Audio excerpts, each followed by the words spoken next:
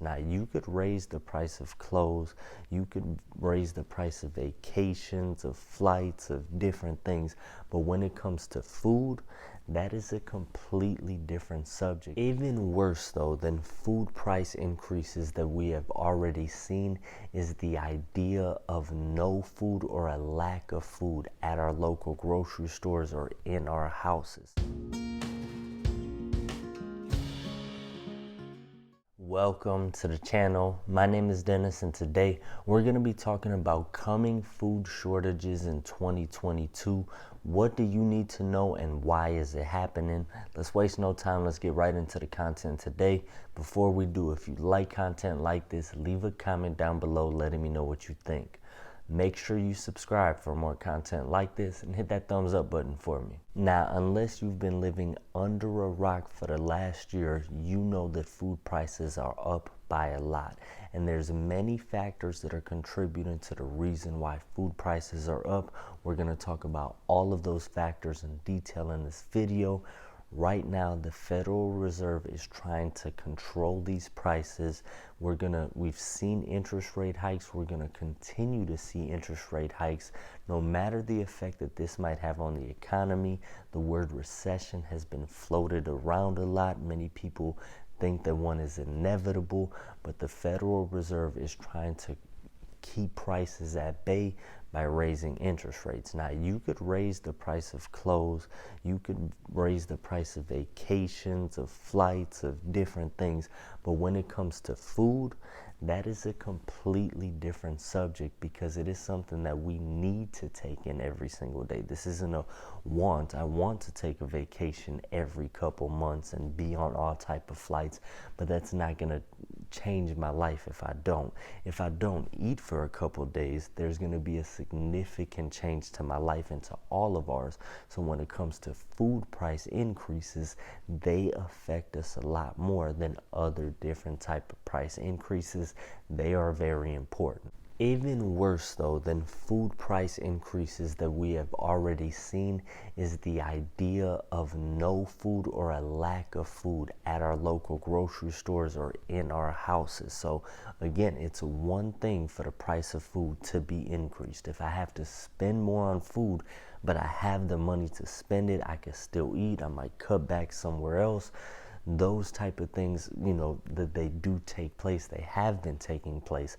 But the idea of a lack of food, that is a completely different subject. That is a scary subject, but there's different contributing factors. We've heard about it, or some of us have seen it on the news. The idea of food shortages in 2022, a lack of food, you going to your grocery store in the aisle that you want to shop in and maybe not seeing the product that you want there. Why would it not be there? So we've discussed in the video so far, we have the food price increases. We've talked a little bit about coming food shortages. So now let's get into those details about why people are talking about coming food shortages in 2022. So there are numerous things or numerous factors that are contributing to less food being produced or harvested. And let me just make this clear before I get into the reasons why there's less food being produced, why there's coming shortages. There is enough room on this planet for us to produce enough food to feed everybody. It's not that there's a lack of land or a lack of farming resource, any of it. There's enough resources in place for us to feed everybody on this planet, but different factors that come into place that are not making this a viable thing right now. So number one thing, fuel costs. So you think about farming or major commercial farming or even individual farmers that are doing it on a large scale where they're feeding a decent amount of people, requires a lot of food because with farming there's a lot of equipment involved. A lot of that equipment is going to run on gasoline, run on diesel. Right now the price of fuel is so high, and that is impacting farmers in a great way. So it's number one, it's driving up the price of the food because they have to pay more to get it harvested, to get it cultivated. So those prices get passed on. The actual trucks that take it from the farm to the store, fuel costs for them as well are much higher. So all of this is contributing to that. There's also a side to this where some farmers, they see the price of the fuel and they're just producing less. We're going to produce less because it costs so much to produce it. So less is being made because of the fuel. The fuel costs are a problem when it comes to farming. This is something that's going to have to be addressed at some point.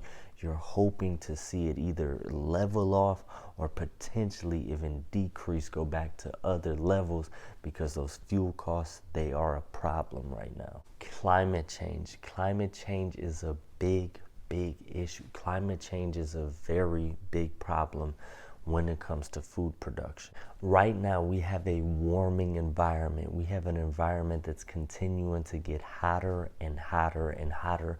And, while sometimes, summertime, you think, oh, it's gonna be 10 degrees hotter. I could go to the pool, spend more time at the beach. Winters are gonna be colder. Great, I don't have to be as cold.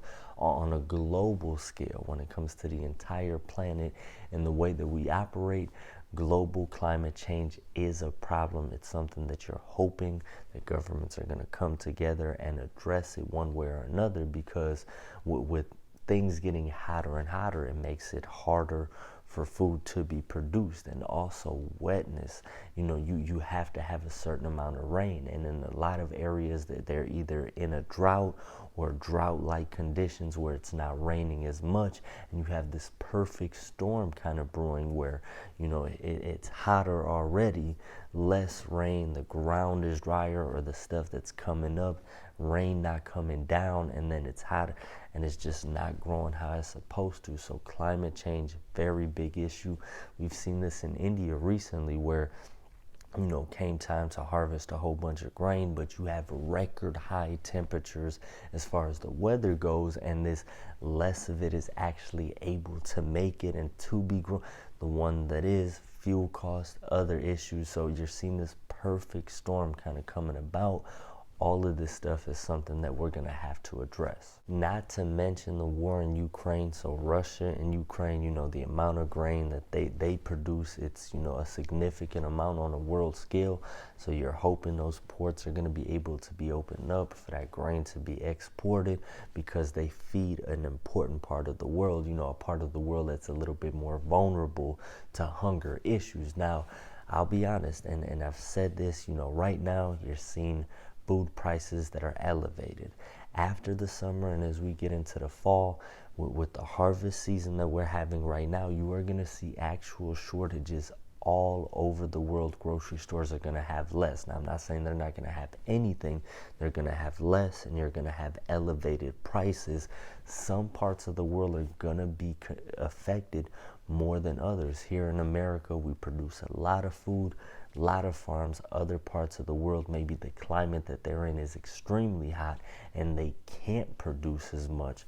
Those places will be affected even more. So now I'm not warning about some catastrophe where we're not going to be able to eat, but just pay attention in your grocery stores. Pay attention where you shop. How do the shelves look in the fall?